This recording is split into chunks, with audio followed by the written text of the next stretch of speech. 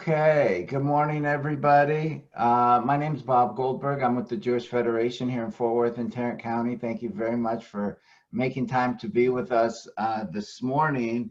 I think by now, most everybody probably has spent some time on Zoom and know the rules of the road. But just real quick, what we're going to do is we're going to ask everybody to keep themselves muted so that we can avoid any unnecessary background noise. So please stay muted. Second, for your view, right now you may see like a Brady Bunch presentation where you see everybody individually. Once the program starts, if you go up to the right-hand corner, you see something that says View, Speaker View. You'll probably want to convert it, click on that so it's speaker view so that Adam and Daniel in their presentation are in the center of the screen. And then third, there is a chat function at the bottom of your screen that will be the place if you have questions you want to pose, that will be the place to type in your question, and we will do our best to make time to address some of those questions towards the end of the program. So before we get started, also I see we have some people I'd like to just really quickly introduce that are with us. We have some local clergy, Cantor Sherry Allen from Congregation Beth Shalom. We have, I believe, on here City Council Person Ann Zeta. We have the Maestro Estrus Tucker, who we're thrilled to have with us, and a lot of other friends. We have people joining, by the way, from overseas, in Hungary, in Israel, all across the Dallas-Fort Worth area, as well as across the US. So thank you very much for making time to join us for this important program. It is my really honor and privilege to introduce two friends of mine. Adam McKinney and Daniel Banks are co-directors of DNAWORKS, an arts and service organization committed to healing through arts and dialogue. Adam and Daniel moved to Fort Worth about 4 years ago.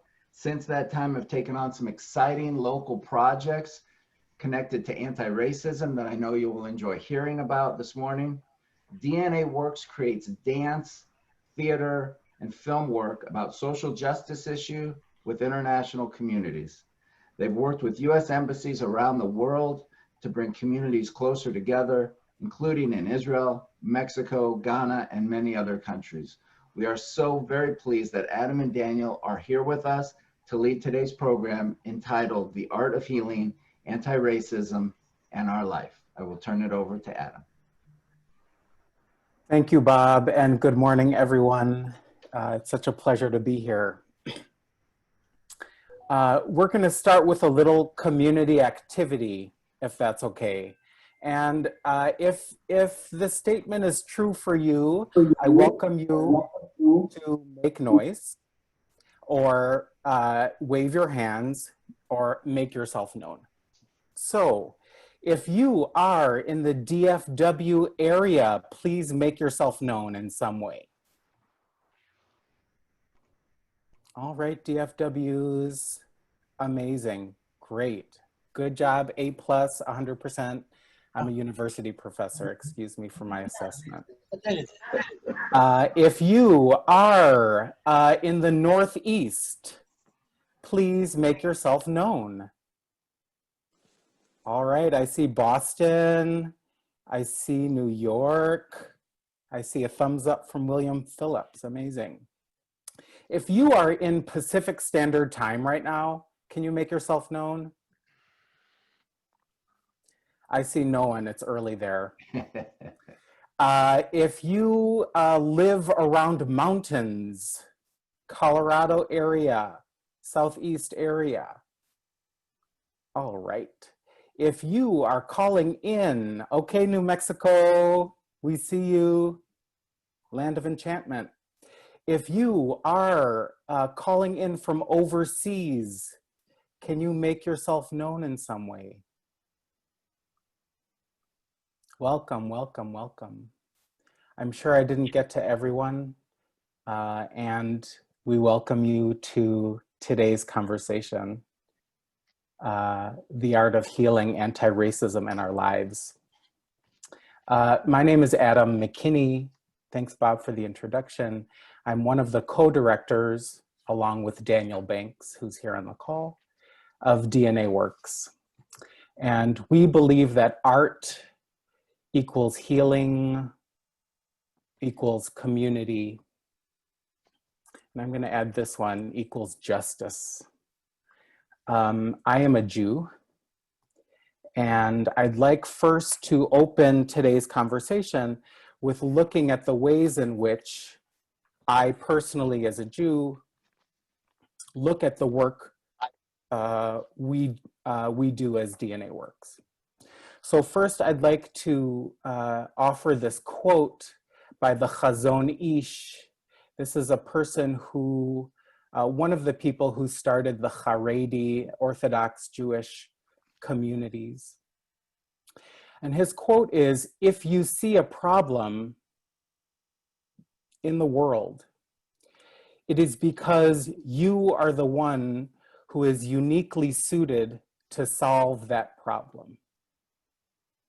That you are the person, individually, you are the one who is suited to solve that problem.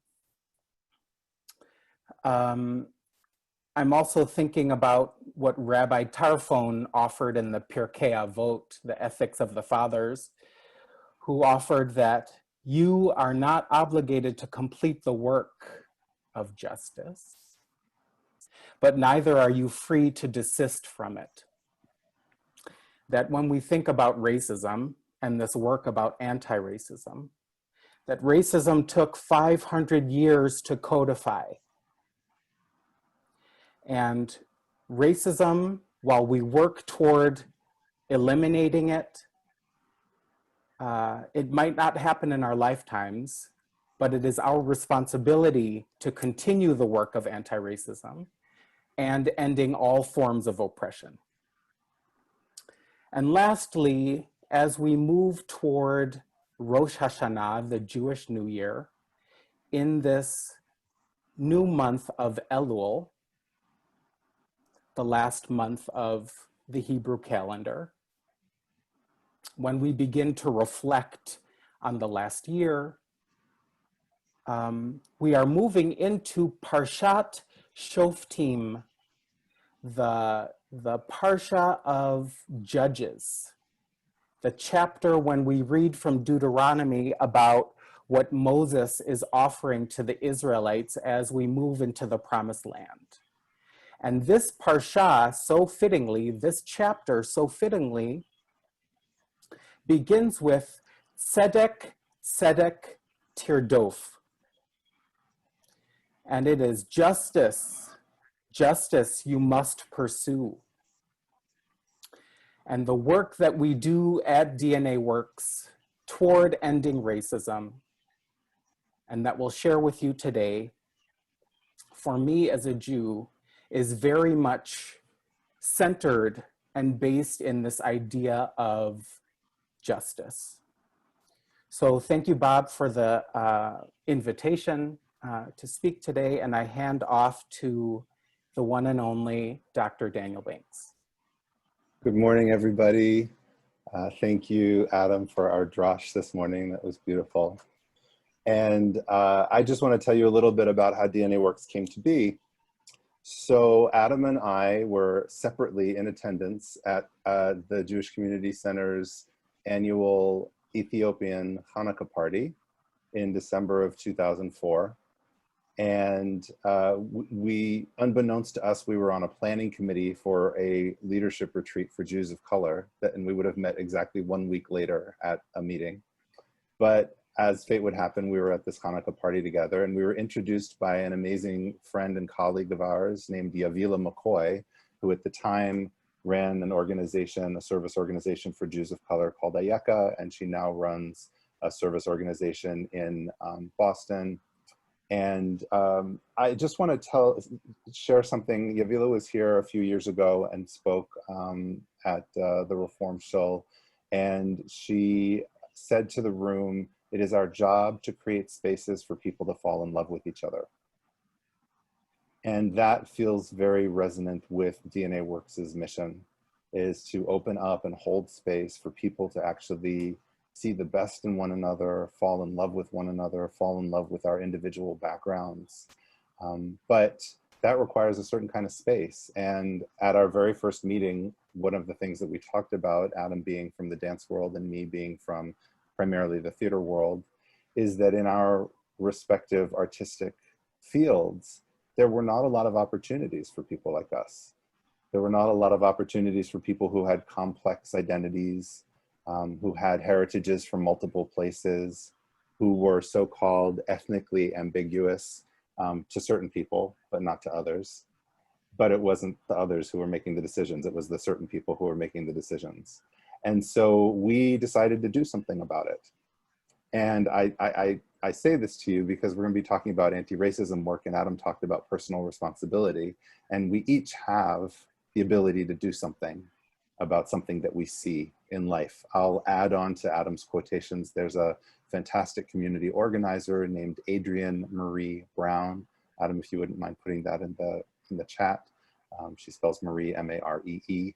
And she has a spectacular book called Emergent Strategy, which I think is required reading for this era. And she says, what we give attention to grows. What we give attention to grows. So it's not that we can't solve or fix or ameliorate or make better any of this. It's just we have to give our attention to it. So for the last 15 years, Adam and I have been giving our attention to representation in the arts, in Jewish circles, in the world, and being an advocate for more and better representation of identity, so that people who have what are considered complex identities are no longer other, that we can all see how our identities are complex, that we can all interact on the level of having different kinds of mixture in our life, that there's no such thing, as Chimamanda Adichie says, as a single story. None of us have a single story. We all have multiple stories. But unless we get in touch with our own multiple story, we are not going to be able to welcome and feel comfortable with someone else's multiple story, because it will remind us of something we have lost. So we have to reclaim our full selves in order to be loving and accepting of other people's full selves. So that's how DNAWORKS got started. We've been going strong. This is our 15th official year of working as DNAWORKS. And as Bob intimated, we have worked in 17 countries and 37 states. And our mission really is to create spaces for people to wake up in, see themselves and see each other.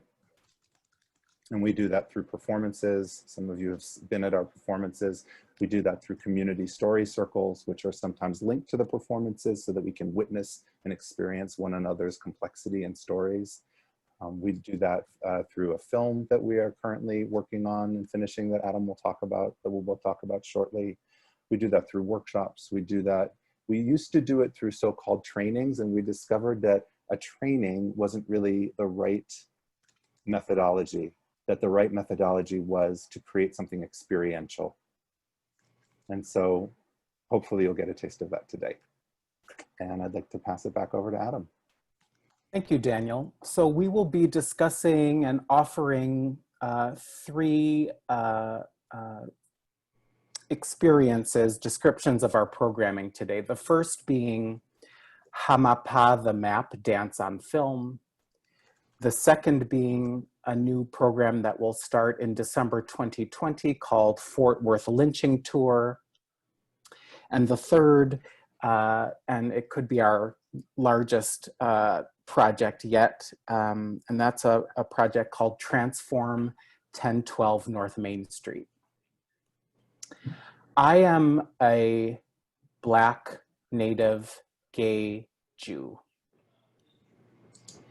And in moving through the world,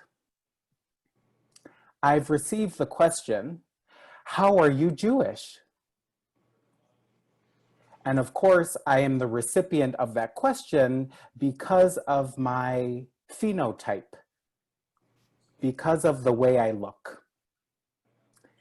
And after the response, Litter box. I'm fine Jewish, how are you Jewish, lost its luster, I created a piece called Hamapa the Map. Hamapa is a Hebrew word for the map. And it is a stage production in which I tell the stories of my ancestors, both on my mother's side, my Ashkenazi Jewish heritage, and on my father's side, my Black American and Native heritages. For the last 4 years, it was Daniel's original idea to travel to the locations of my ancestors, to dance Hamapa in those places. Because my body, the map, holds history, bodies hold history, and also spaces hold history. And so we thought about the power of shifting the stage work to a film work to demonstrate the idea of what it means for me as a mixed heritage, gay, Black, Jewish, Native person to return to lands of my ancestors. I will share the screen to show a film of me dancing adjacent to the land once owned by my great-grandfather in Pine Tree, Arkansas. But first I'd like to tell you a story. I'm my family's genealogist. I think that there is power in looking back to history to better understand our present. And so I found on World War I draft cards that many McKinneys in the area in Pine Tree, Arkansas, Languille Township, that's a French word for the word eel, lived in a place called Palestine, Arkansas. And so when Daniel and I were there some years ago, I decided that it made sense for me to go to church. You need to know that I went to an Orthodox Jewish day school. I have been to church maybe a handful of times in my life, but my body was telling me that I needed to attend church. And so I went to church. I said, my name is Adam McKinney. My father is from this place, and his father is from this place. I'm looking for McKinney relatives. And one woman said, my sister is married to a McKinney. I said, great. So I'm going to go over and be with them. And I met a person by the name of Napoleon McKinney. And it turned out that Napoleon had never met any of my McKinneys from Wisconsin, St. Louis area. And it turned out that Napoleon is my father's first cousin. And he said, you need to be in contact with my cousin, Lucy May Fryer McKinney. And I met with her, and she has 10 kids. And all of those 10 kids have more children. And so in my search for land for Hamapa, the map, it brought me people. It brought me relationships.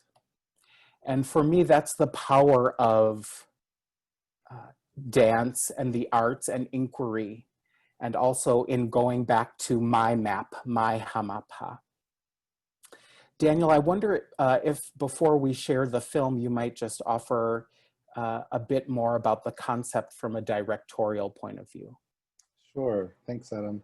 So most of our work is in devising, which those of you not in the theater and dance field may not know what that means, but when a theater piece or a dance theater piece is devised, you don't start with a script. You don't start with really anything other than an idea and maybe a couple photographs or something. And then you start building it organically, gradually from the ground up. So we devised this piece together with some composer collaborators and other collaborators, and we actually premiered it, the stage work we premiered in 2010 at the Jewish Community Center in New York. So you'll hear in our presentation a lot of full circles. So that was one full circle.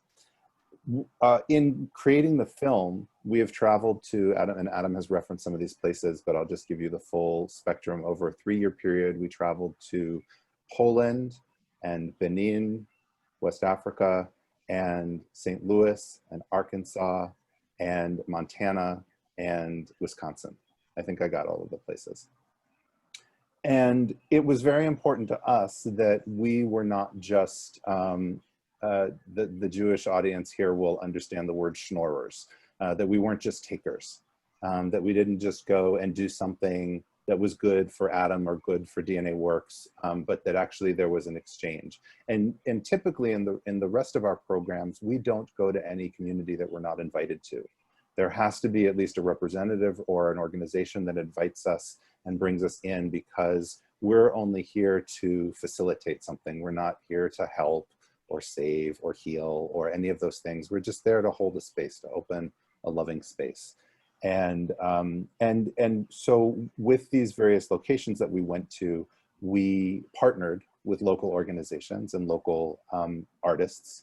We held space for local artists to meet, which was something that in many of these places, a lot of these artists hadn't met each other, because the arts field, just like all sectors, can be very siloed. And so we used some of our grant money, and we would just throw a party and just invite people to come and talk, and we'd have round tables.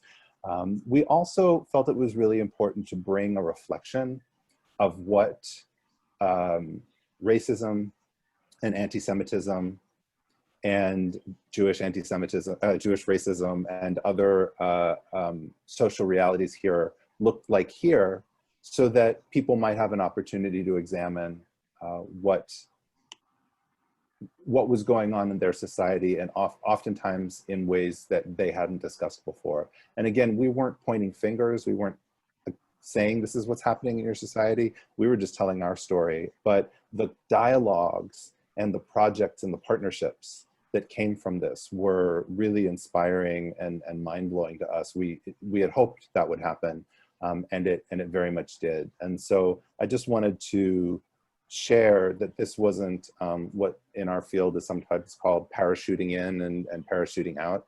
This was actually going for periods of time, building relationships, building lasting relationships that are still ongoing, that the dialogues are still happening in many places.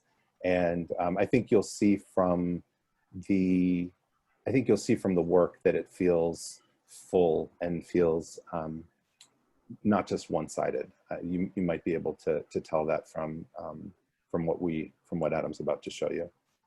Thank you, Daniel. This is an excerpt called North from Hamapa, the Map Dance on Film, as a way to reclaim Black lands in Pine Tree, Arkansas.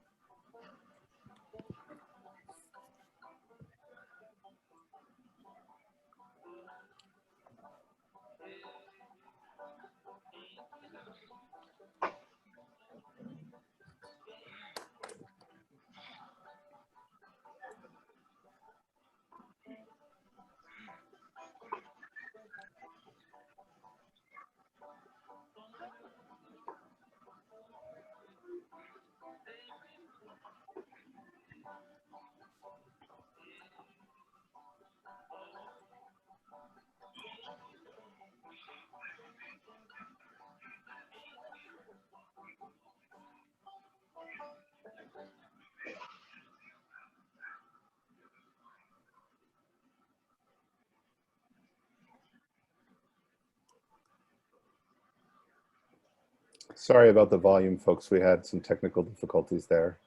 It was black banjo music from the South. Thank you, Daniel. Part of our work at DNAWORKS is understanding or trying to make sense of histories of trauma as a way to position Blackness and Black people at the center, I think it also invites an opportunity to understand the impact of racism and the impact of racial violence. I mentioned as part of Hamapa the Map the importance of looking back to history to know where we currently stand. DNAWORKS' new project called Fort Worth Lynching Tour does just that. It is an opportunity to look back as a community to understand, in particular, police brutality against Black people in Fort Worth. Fort Worth Lynching Tour is part bike tour, part memorial activism, whereby participants can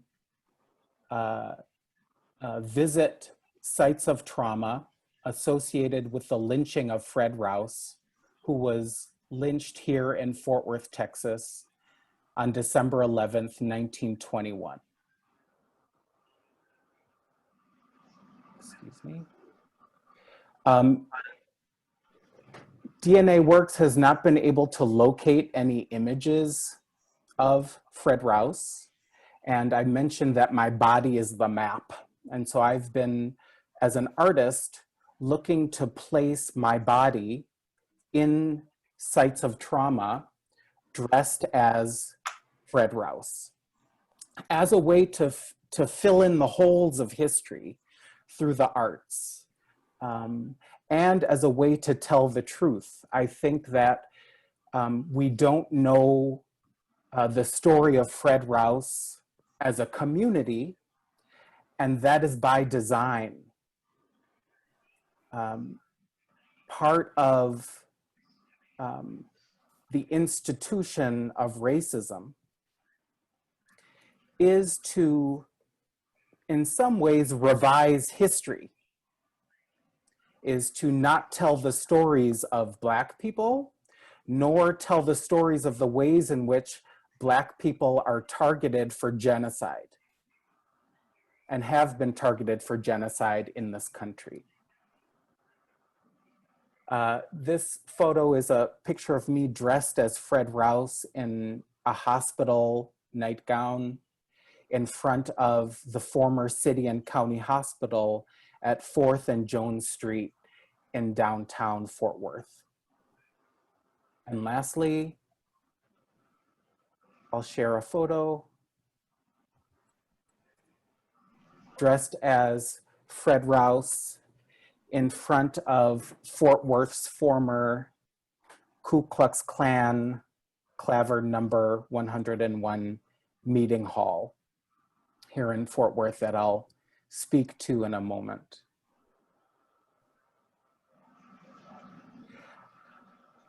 As an artist, I'm using tintype photography to confuse our minds and as a way to make the connections between past violences of Black people in Fort Worth and current violences against Black people in Fort Worth, Texas.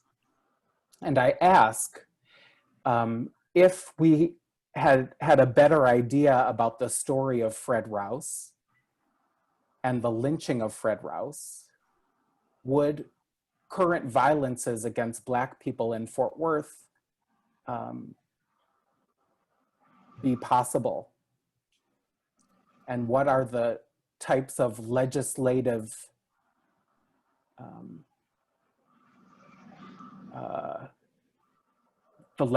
modes that need to be enacted to ensure that Black people are no longer targeted for genocide here in Fort Worth and in our country. Fort Worth Lynching Tour, as I mentioned, is a bike tour around some of these sites in in the images, and that will occur in December 2020 for the 99th anniversary for the lynching of Mr. Rouse, alongside two memorial plaques that will be installed, one near the stockyards here in Fort Worth, very well-known location here in Fort Worth, Texas, and the other at the site of the lynching of Mr. Rouse. And subsequently, for the 100th anniversary of the lynching of Mr. Rouse, we are working with Tarrant County Coalition for Peace and Justice to install a memorial monument here in Fort Worth to ensure that we remember, which goes back to the Jewish value of zechor, that it is our responsibility to look back and remember. I'm going to pass it off to Daniel Banks, who will discuss our project entitled Transform 1012 North Main Street. Thanks, Adam. Before doing that, I just want to contextualize this in terms of DNAWORKS' work as an anti-racist organization. And it's interesting, probably most of the people on this call received lots of emails about 2 months ago from the numerous organizations that you belong to saying, we are anti-racist, or we stand for anti-racism. And I think that while it's important that this conversation is having a broader audience, we also have to be clear about what it means. Not being a racist is not the same thing as being anti-racist. And I think there's lots of good information out that is accessible to you all. I highly recommend the online magazine medium.com. But I just want to share a few of our, and I'm going to put a few resources in the links as well, but I want to share a few of our understandings of anti-racism work and how it connects to what we do, and that will tie together some of what Adam's been talking about. First, I'd like to share with you a quote by James Baldwin. He wrote in an essay called My Dungeon Shook, which is free and online if you Google it. And he wrote, "To act is to be committed, and to be committed is to be in danger." And he talked of many kinds of danger. One of the kinds of danger for people of European heritage in terms of anti-racism work is to actually find out who you are. That finding out one's own identity can be dangerous because it may mean that you have different responsibilities or different understandings of our role in this conversation. One question that we ask people in doing this work is, what are you willing to let go of? What do you have to fear or gain in doing anti-racist work? A lot of times people are stopped from being committed by fear, either fear of some perceived danger, fear of loss. There's a psychological term called loss aversion. Some people are afraid of losing jobs. Some people are afraid of losing resources. Again, to act is to be committed, and to be committed is to be in danger. And anti-racism work is about acting. Anti-racism work is about putting yourself on the front line. It is about assuming the same risk and the same danger as people who are targeted for racism and targeted for genocide. And I think the Jews on this call will understand this as Jews, because there's been lots of conversations over the years, righteous Gentiles, etc. And we have heard these stories growing up of the righteous Gentiles who put themselves in danger. So we know what that looks like, and many of us have been the beneficiary of that. So then what does it mean for us to do the same in our own society, in our own country? So I'm just gonna toss a couple links in here of some of our writing and some of our postings, but I'll just summarize very quickly our recommendations to organizations that were writing anti-racist statements. And hopefully you will see some of this realized in our project to transform 1012 North Main Street. One, it requires focused and sustained action. It requires promises for concrete action within a given time period. We asked the question, what plans do you have to make sure that there is ample representation of BIPOC folks at every level of your organization? And if you haven't heard the acronym BIPOC yet, it stands for Black, Indigenous, People of Color, and People of Color. So what plans do you have to make sure that there is ample representation of Black, Indigenous, and people of color at every level of your organization? It requires a protocol for self-reflection and acknowledgement of failures. And to us, most importantly, it requires a call to be held accountable with a specific protocol. What are the protocols for accountability? Where do people go when you or your organization slips up, which will inevitably happen because we're playing this game at a higher level than we've played it before in many of our lifetimes. Not all of ours, but many of ours. Where does somebody go with impunity to talk about an infraction? Who is going to hold the organization to account to address that infraction when it might not be convenient, or it might not even be economically beneficial? So there needs to be a massive restructuring in this country of accountability when it comes to racism and any kind of oppression and any kind of violence and racial violence. So with that, when we got to Fort Worth and Adam started researching the Fort Worth lynching tour, he discovered that the former Ku Klux Klan meeting hall still stood here in Fort Worth.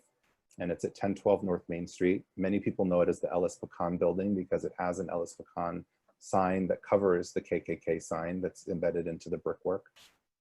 And it has not been occupied since 1999. It was purchased in 2004, but the intent was never fulfilled for that building. So it's been empty since and has been disintegrating since.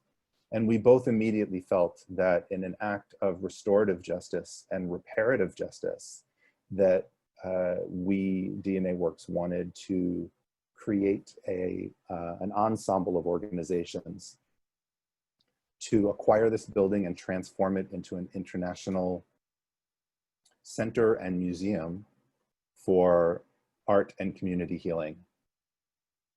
And so in the last year, we have brought together 5 other organizations, so there's 6 of us total. Together as a leadership coalition, we represent all the groups that were targeted for violence by the KKK in the 20s and still today in some regions, in some areas. And we are working with many organizations, both locally, nationally, and internationally, to find a buyer for the building and then to program the building with the intent of calling it the Fred Rouse Center. So Fred Rouse, again, was the man who was lynched in Fort Worth that Adam spoke about, whose lynching has not been officially recognized by the city. And we are also quite certain that between Fred Rouse and Tatiana Jefferson, there were many other lynchings that are also unrecognized and unspoken about. And so this, within this center and museum, would be a museum of the city of Fort Worth that would tell some of this, I don't want to say untold history, because I'm sure that among certain families and in certain communities, this history is told, but it is not widely known. So it would provide the rest of the history of Fort Worth that is not, let's say, publicly available or present in the mainstream. And there's lots more to be said about that. I'm going to put our project prospectus link in the chat so people can read more about it. We are, of course, open to ideas. We do have an organization now that is acting as a fiscal sponsor for the project, so that people can get paid for the work that they're doing, so that we can hire a fundraiser to put together a fundraising plan. We are working with the Mass Design Group, which is the group that designed the National Memorial for Peace and Justice in Montgomery, Alabama. And they are helping us think through some of the design issues and creating some visuals for us to take to real estate developers and potential donors.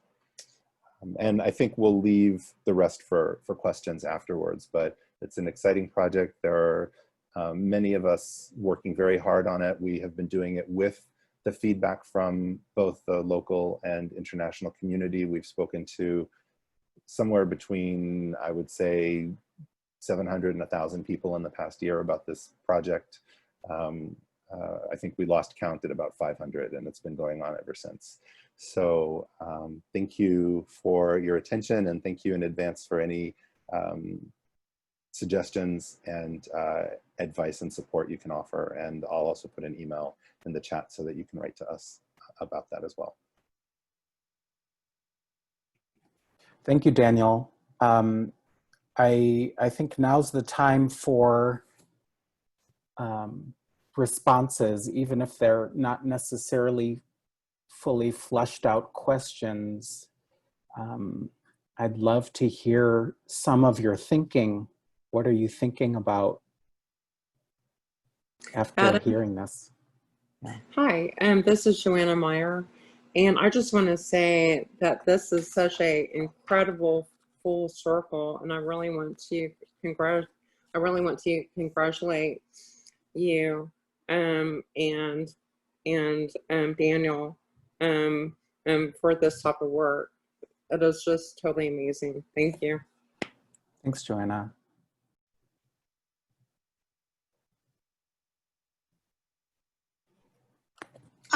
This is Martine Thomas. I'm wondering if you are thinking in terms of maybe either doing a video of or pictures for the lynching tour for those of us that are not quite capable of doing a biking tour. Thanks, Martine, for asking. And I failed to include that accessibility for us is essential. So I already have a call out to Trinity Metro. They run our bus system here, and they have a new justice bus that's outfitted in quotes and names of social justice leaders and activists. And so my hope is that we can also enroll their support and leadership in ensuring that everyone has access. And of course, people will be able to drive to locations, and we'll have a web presence. So for those of us who can't make it to Fort Worth, will be able to access the information and the experience in other ways. Actually, the way that the app is being built is that you could go into your backyard and hold the app up, and you'd be able to see most of the content in your backyard as if you were in Fort Worth. A very small part of it will be triggered by the actual geographic location, but most of the app will be, you'll be able to trigger it yourself so you can see the content. I failed actually to mention that we are building an augmented reality app for Fort Worth Lynching Tour. Augmented reality is a technology used on our phones or iPads. There's a fairly well-known app called Pokemon Go, and you can take your phone into the world, like on your photo setting, and through geolocation, places digital images in sites. And so we are using our phones as anti-racist technologies to locate sites of trauma associated with the lynching of Fred Rouse. And we are also inviting people to use the app as an embodied way to allow Fred Rouse to walk home. If you go to Hometown by Handlebar, I put a link in the chat, you'll better understand the story of Fred Rouse and how and why he was attacked. And we are using the app as a way to ensure that he doesn't get attacked and gets to go home. It's about returning to sites of trauma and replacing traumatic memories with new ones. I know that Marion Moore has a question. My question was, since you're not from that immediate area, how did you get buy-in from the community? What was the process like in getting buy-in from the community? Thank you, Marion. Daniel? Sure. Well, I think, Marion, it's an amazing question, and it was actually something that we went in saying that we know we're not from the community, and we know that we can't speak for the community. And as a result of that, we've had many people, I think we saw Esdras Tucker's on this call, who's a an amazing leader here in the Fort Worth community. We've had many, many people stand with us and lend their voices to the project because they believe in it and they see the vision for it. But as I mentioned, we immediately reached out to other groups to form this 1012 Leadership Coalition. So this is not a DNAWORKS project. This is a project that DNAWORKS is one of 6 organizations that is helping to move the ball down the field. And here are the organizations, if you can see your screen. But this is being done with a coalition of other local organizations. It's a wonderful question, Marian, and it's something that we were very mindful of as we embarked on this.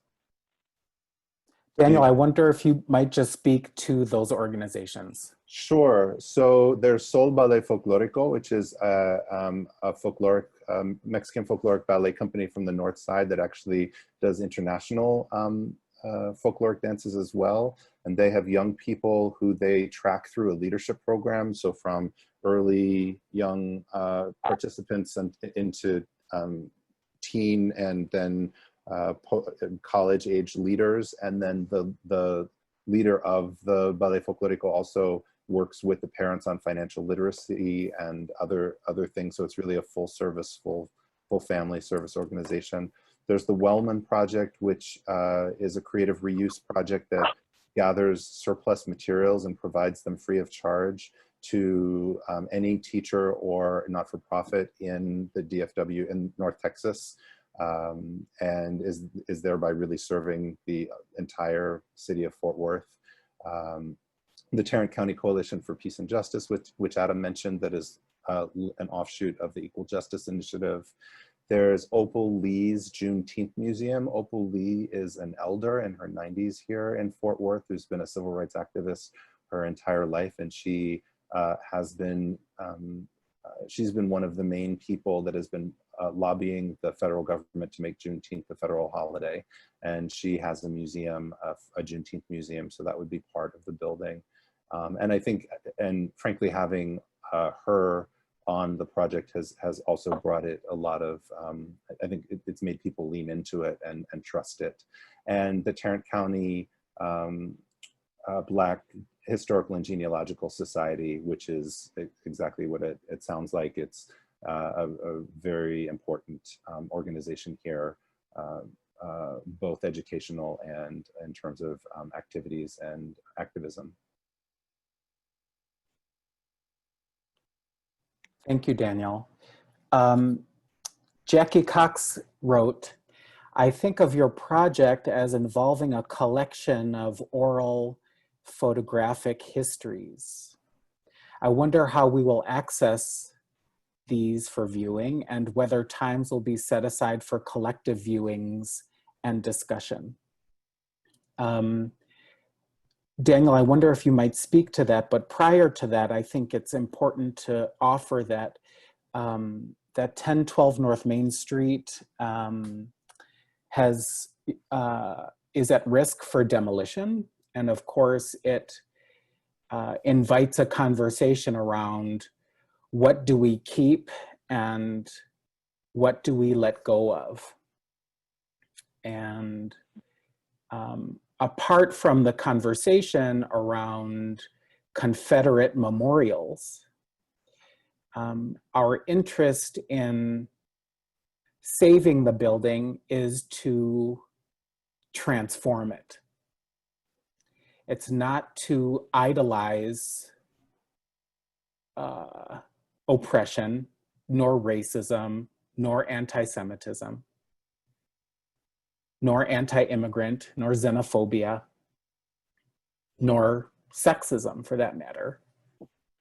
It's a way to transform space to transform our present. And again, I believe that we need to know what happened. We need to know the intricacies of violence and of oppression so that we can come together as a community to do that work toward reconciliation.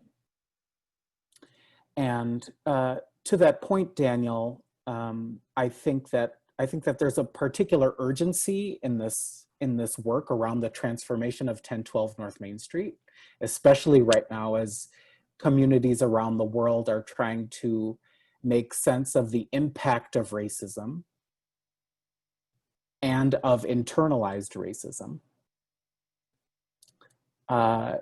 So I think I'd just like to also make known that that this is urgent, and we welcome your participation and we welcome your support in whatever way that means.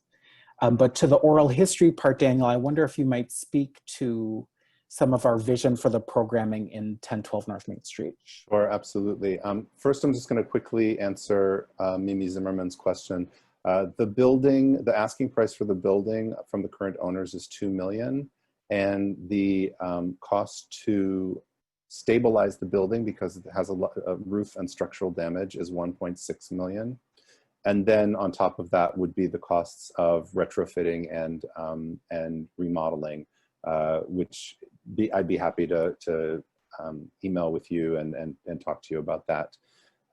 I've put, by the way, everybody, if folks are having to leave, I've put in the chat, which you can save by going to the 3 little dots at the bottom left side of the chat and clicking on that. You can save the chat to get all the links that are in this chat.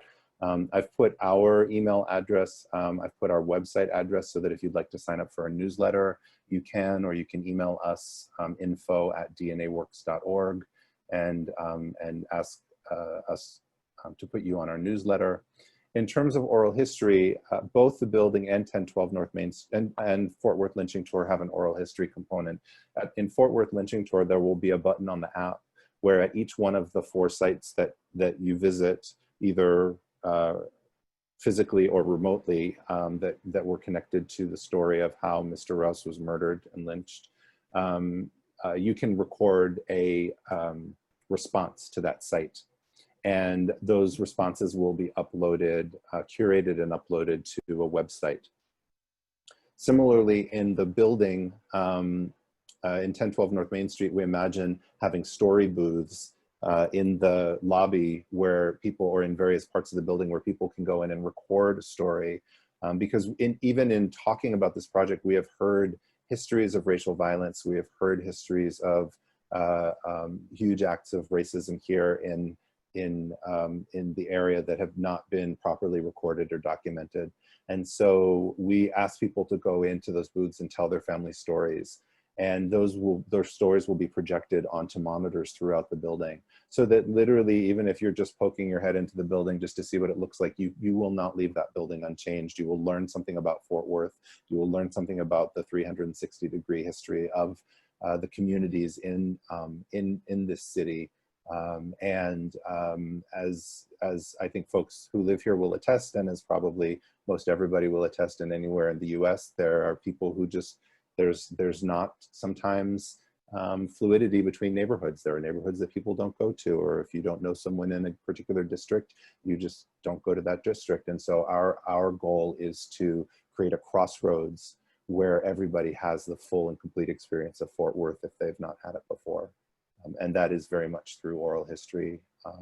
We would have to then, also to the questioner's point, I think that the idea of creating some kind of photo archive is very important too, and I can see that being a part of the website. We see the building as a living museum, not as just a past museum, but as a museum that takes us from the past into the future. And so we're working also with visual artists in imagining how that would happen. I know that we're coming close to time. Maybe we'll take one or two other thoughts.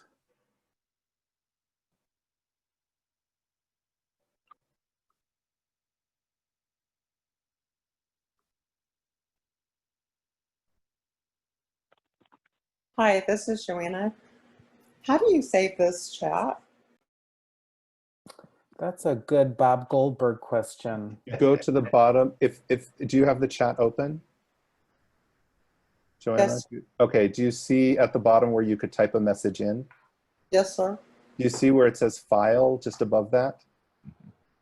No, sir. I'm Aha. on, You're I'm on what? iPad. Oh, it's only, yeah, it doesn't work if, so I think you find a friend who's on the chat, or you communicate with Bob and you ask him to send you the file. Got Okay. it. I think it's only people on a computer can do this. I will Thank do you it. so much. I'd just like to read Mr. Estrus Tucker's chat because I think it's a fitting closing. And he writes, Adam and Daniel, great gratitude for your persistence and passionate stewardship of this inspiring vision. To successfully dismantle systemic racism requires a diversity of approaches and strategies, creatively engaging diverse people. I find no effort like this in Tarrant County and few in Texas. I look forward to your vision unfolding in Fort Worth. This is really such a wonderful way to close out, Estrus. Thank you so much for putting that in, because I know that when we have conversations with communities who are not already actively engaged in anti-racism work and would like to be, they feel daunted by the task. It feels so big. Everyone's afraid of making a mistake. People have genuine interest, but are stopped by something. Daily incremental change. If you're one of, it doesn't have to be big, bold gestures like saving a building, but frankly, even saving a building is daily incremental change too, let me tell you. But my request, my invitation of everybody is find a place in your life where every day you can do something to create equity. Ask a question of an organization, write a letter to somebody, make a phone call. When you see something, say something. All of those things, daily change. If every single person on this call did something on a daily basis, there would be big, bold change.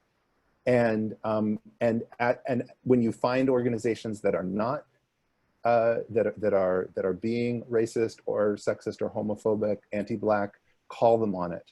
When you find organizations that are working against all of those things, support them in whatever way you can. It doesn't just have to be money. Let me tell you, having people let us know that we're changing their lives, that is as useful as funding in certain ways. So just commit to doing something and dive in the deep end and do it, and it will make a change. So beautiful. Thank you, Daniel. My last pass is to Bob Goldberg. Well, thank you, Adam, and thank you, Daniel, and thank you, everyone, for joining us this morning. Certainly, Adam and Daniel, thank you for sharing your stories, your talents, and your passions truly to make the world a better place. Your work is inspiring for sure. I am grateful for this opportunity, and I appreciate you both. I think one of the things that's very inspiring to me is the diversity of those that are on the call today, and the fact that I think all of us in some way or another are willing and desiring to open our ears and open our minds and open our hearts to be more kind and more understanding and more just, and find our own role, as Daniel so eloquently described, to work towards a better world. So thank you very much. Yasher Koach, keep up the great work. And thank you again, everybody, for making time to join us today, and go make it a great day. Thank you, thank you, thank you. Thanks, everybody, for coming.